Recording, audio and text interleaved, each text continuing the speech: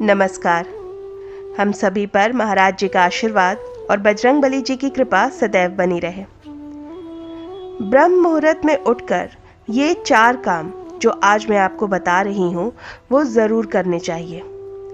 इन 4 कामों को करने से भगवान तो प्रसन्न होते ही हैं, साथ ही आपकी कोई भी अगर इच्छा है तो वो बहुत जल्दी पूर्ण होती है। इस अंक को देखने के बाद जब आप ये 4 काम करना शुरू करेंगे तो तब से लेकर के 21 दिन तक का समय आप तय कर लीजिएगा। उस 21 दिन के समय में वो चीज़ जिसकी आप कामना कर रहे हैं वो आपके पास होगी। जो भी भौतिक चीज़ की आप इच्छा कर रहे होंगे, जैसे मान लीजिए आपकी नौकरी की इच्छा है या आपकी शादी की इच्छा है या आपके पास पैसे की इच्छा है या घर में सुख समृद्धि की इच्छा है, या फिर जैसे कि आप किसी प्रेत बाधा के कटने की इच्छा कर रहे हैं, इनको काटने की इच्छा, इनको समाप्त करने की, नष्ट करने की इच्छा कर रहे हैं, तो ये 4 काम ऐसे काम हैं जिन कामों को कोई बताता नहीं है। और ब्रह्म मुहूर्त का ये जो समय होता है, उस समय पर किए गए ये 4 काम ब्रह्मास्त्र की तरह कार्य करते हैं। ये 4 काम करने से तुरंत आपकी जो भी इच्छा है वो पूरी तो होती ही है, साथ ही में ईश्वर आप पर प्रसन्न भी होते हैं। ईश्वर को प्रसन्न करने का जो समय माना गया है वो ब्रह्म मुहूर्त का ही माना गया है। क्यों? क्योंकि ब्रह्म मुहूर्त में दैवीय शक्तियाँ या जो देवी देवता हैं वो धरती लोक पर विचरण कर रहे होते हैं। उस समय उनकी ऊर्जा सबसे ज़्यादा होती है और ये कहा जाता है कि ब्रह्म मुहूर्त में ही ईश्वर सभी के घरों में पधारते हैं, सभी के घरों में आते हैं। इसलिए पहले के ज़माने में लोग ब्रह्म मुहूर्त में उठकर साफ सफाई कर लिया करते थे। अपने घर के जो दरवाज़ा होता है, जो मेन गेट होता है, उसको खोल दिया करती थी स्त्रियां, ताकि ईश्वर अगर आए तो वो घर में प्रवेश कर सकें। तो यही वो समय होता है जिस समय पर आपके जो इष्ट हैं वो आपके घर में प्रवेश करते हैं, साथ ही माता लक्ष्मी भी आपके घर में आती हैं। पर आज के समय में क्योंकि हमारी दिनचर्या ऐसी हो गई है कि हमारे अंदर आलस से भर जाता है, जो लोग लेट से उठते हैं, आप देखेंगे कि उनके जीवन पर इसका बहुत ज़्यादा प्रभाव पड़ता है। वो लोग ज़्यादातर किसी न किसी वजह से परेशान ही रहते हैं। ब्रह्म मुहूर्त में उठने से जो दिव्य शक्तियाँ होती हैं, जो दैवीय शक्तियाँ होती हैं, वो आपकी तरफ आकर्षित होती हैं, साथ ही आपके व्यवहार में बहुत बड़ा परिवर्तन आने लगता है। ब्रह्म मुहूर्त में जो व्यक्ति उठता है उसके अंदर शारीरिक और मानसिक बदलाव आने शुरू हो जाते हैं। वो व्यक्ति आप देखेंगे कि अध्यात्म की तरफ आगे बढ़ना शुरू हो जाता है, साथ ही उसकी जो इच्छाएं होती हैं वो धीरे धीरे पूरी होने लगती हैं। उसको पता भी नहीं चलता कि उसने कुछ ऐसा खास नहीं किया, पर फिर भी उसकी जो इच्छाएं होती हैं वो धीरे धीरे करके स्वतः ही पूर्ण होनी शुरू हो जाती है। तो चलिए जानते हैं कि कौन से हैं वो 4 काम जो कि हमें सुबह सुबह उठकर सबसे पहले करने चाहिए। ब्रह्म मुहूर्त में सबसे पहला कार्य होता है जो आपको करना चाहिए। जब भी आप सुबह उठते हैं तो सबसे पहला कार्य है कि आप ईश्वर का नाम लेकर उठें, भगवान का नाम लेकर उठें। जो आपके इष्ट हैं आप उनका नाम लेकर उठें और धन्यवाद दें उस ईश्वर को धन्यवाद दें जिसने आपको ठीक ठाक स्वस्थ रूप में एक बार फिर से एक नए दिन की शुरुआत करने के लिए उठाया है। अपने दोनों हाथों को जोड़ते हुए आप अपने हाथों की जो रेखाएं हैं उनके दर्शन करिए। उसके बाद अपने मुंह पर फेरिए और अपने पूरे शरीर पर फेरिए और धन्यवाद करिए। इस प्रकार धन्यवाद करने से क्या होता है?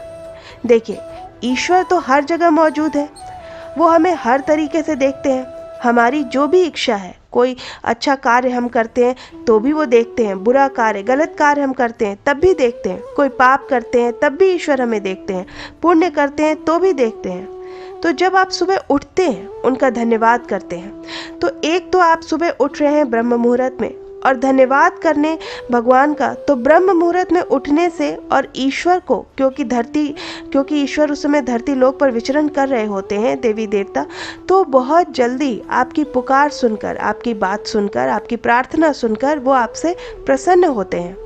इसलिए सुबह उठकर सबसे पहले आपको ईश्वर का धन्यवाद करना चाहिए। देखिए 3 से 5 जो 2 घंटे पूरा ब्रह्म मुहूर्त का समय होता है, 3 से 5 के बीच का जो पौने घंटे का जो समय होता है, उस बीच में ब्रह्म मुहूर्त होता है। और उस बीच में अगर आप कोई काम करते हैं, कोई दिव्य कार्य, कोई शुभ कार्य करते हैं, तो उसका फल भी आपको कई गुना बढ़कर प्राप्त होता है। तो सबसे पहले उठकर आप ईश्वर का धन्यवाद आपको देना है, क्योंकि ऐसे भी लोग हैं देखिए जिनके हाथ नहीं होते, पैर नहीं होते, कोई इतना गरीब होता उसके पास खाना नहीं होता, पर ईश्वर ने कहीं ना कहीं हमें हाथ पैर सब कुछ सही सलामत दिया है, आंखें, दिमाग, सब कुछ, माता पिता, घर परिवार, काम धंधा, खाना, सब कुछ दिया है। तो उनको इसके लिए उनका धन्यवाद अवश्य करना चाहिए सबसे पहले। दूसरा कार्य जो आपको करना है वो करना है अपने माता पिता को धन्यवाद करना है कि वो आपको इस दुनिया में लेकर आए। क्योंकि देखिए महाराज जी भी हमेशा यही बताते हैं कि अगर आपके माता पिता हैं तो आप उनको ईश्वर तुल्य ही समझिए, क्योंकि ईश्वर को भी माँ का सहारा लेना पड़ता है इस धरती पर अवतरण करने के लिए, पिता का सहारा लेना पड़ता है ताकि वो ज्ञान प्राप्त कर सके। इसलिए भगवान खुद कहते हैं कि माँ जो है, माता पिता का जो कर्ज है वो कभी संतान चुका ही नहीं सकती।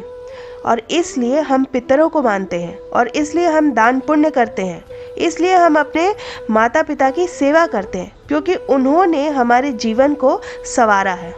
तो माता पिता का जो धन्यवाद करना है ये आपका दूसरा कार्य है। अब आप जब बिस्तर से उठेंगे तो सबसे पहले धरती पर सीधा पैर रखिए और धरती माता को प्रणाम करिए। ये सब जो कार्य जो मैं आपको बता रही हूँ ये एक साधक के कार्य होते हैं, ये उस व्यक्ति के कार्य होते हैं जो ईश्वर पर पूर्ण विश्वास रखता है, जो आध्यात्मिक होता है, ये कार्य उसके होते हैं। जो व्यक्ति भगवान को मानता है, अपने माता पिता की सेवा करता है, उस व्यक्ति के ये गुण होते हैं, ये कार्य होते हैं। तो धरती माता को आपको प्रणाम करना है, क्योंकि धरती माता जो है, धरती माता हमारी जगत जननी है और जिस धरती पर हम सभी लोग पुण्य पाप ये सारे कार्य करते हैं उनको आपको धन्यवाद बोलना चाहिए। तीसरा, आपको अपने पितरों को, अपनी कुल देवी या कुल देवता को या फिर अपने इष्ट को धन्यवाद करना है। इस तरीके से आप उनका धन्यवाद करते हैं, उनके लिए जयकारा जब आप लगाते हैं तो वो ईश्वर आपके प्रसन्न होते हैं। क्योंकि पितृ जो होते हैं, हमारे पितृ हमारे आसपास ही होते हैं। जो हमारी कुल देवी होती हैं, हमारे कुल देवता होते हैं, वो हमारे आसपास होते हैं। जो इष्ट होते हैं वो सदैव हमारे साथ ही रहते हैं। तो वो जब हम सुबह उठकर उनको धन्यवाद करते हैं, उनका जयकारा लगाते हैं, तो वो प्रसन्न होते हैं। देखिए जब भी आप कभी भी किसी व्यक्ति की जब आप बड़ाई करते हैं, आपको कोई तारीफ करता है आपकी, तो आप ये जान लीजिए कि उसको ये सुनकर अच्छा लगता है, उसे वो प्रसन्न होता है और वो व्यक्ति आपके कोई भी कार्य को कर देता है। उसी प्रकार से वही गुण हमारे देवी देवताओं पर भी लागू होते हैं। जब आप किसी देवी देवता को बुलाते हैं कि हे ईश्वर, आप अपने भक्तों पर, अपने बच्चों पर दया करिए, तो वो आपकी बात सुनते हैं और वो बहुत जल्दी आते हैं, बहुत जल्दी आपसे प्रसन्न होते हैं। इसलिए ये कार्य ज़रूर करें। उसके बाद जब आप इस प्रकार से उनको जय बोल लें, जब आप उनका धन्यवाद कर लें, तो उसके बाद फिर आपको दोनों हाथ अपने जोड़कर अपनी जो भी प्रार्थना है वो ईश्वर को बतानी है, अपनी प्रार्थना करनी है। जो आपके इष्ट हैं, जिनको आप चाहते हैं, वो जानते हैं कि आपकी क्या मुसीबत है, क्या आपकी समस्या है। तो उस समय ब्रह्म मुहूर्त के समय जब आप ध्यान रखें, वो इष्ट आपके बिल्कुल पास होते हैं। जिस प्रकार कोई व्यक्ति हमारे पास होता है, हमारी बात सुन रहा होता है, उसी प्रकार से ब्रह्म मुहूर्त के समय में जो दैवीय शक्तियाँ होती हैं वो भी हमारे बिल्कुल पास होती हैं और हमारी बातें सुनती हैं। तो आपको अपने मन की जो भी बात है, जो भी आपकी प्रार्थना है, वो कह देनी है। कोई संकोच नहीं करना है कि मुझे ये कहना चाहिए कि नहीं कहना चाहिए। जो भी आपके मन में है वो सब कुछ आप बोल दीजिए कि मैं इतना परेशान हूँ, या मेरे साथ ये परेशानी है, ये दिक्कत है, या मेरे ऊपर ये जिम्मेदारियाँ हैं, या मेरी नौकरी नहीं लग रही, या मेरा काम नहीं हो रहा।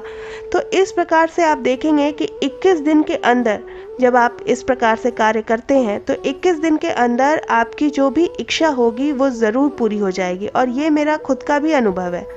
आप करिए और फिर आप देखिए चमत्कार आपके जीवन में कैसे घटित होते हैं। तो मुझे आशा है कि ये जानकारी आपको अच्छी लगी होगी। आप अपनी प्रतिक्रिया हमें कमेंट सेक्शन में लिखकर ज़रूर बताइएगा। आशा करती हूँ कि आज का ये अंक आपकी साधना में और महाराज जी की भक्ति में सहायक सिद्ध होगा। इसी प्रार्थना के साथ मिलते हैं अगले अंक में। तब तक के लिए जय बाबा की। हरे राम राम राम हरे राम राम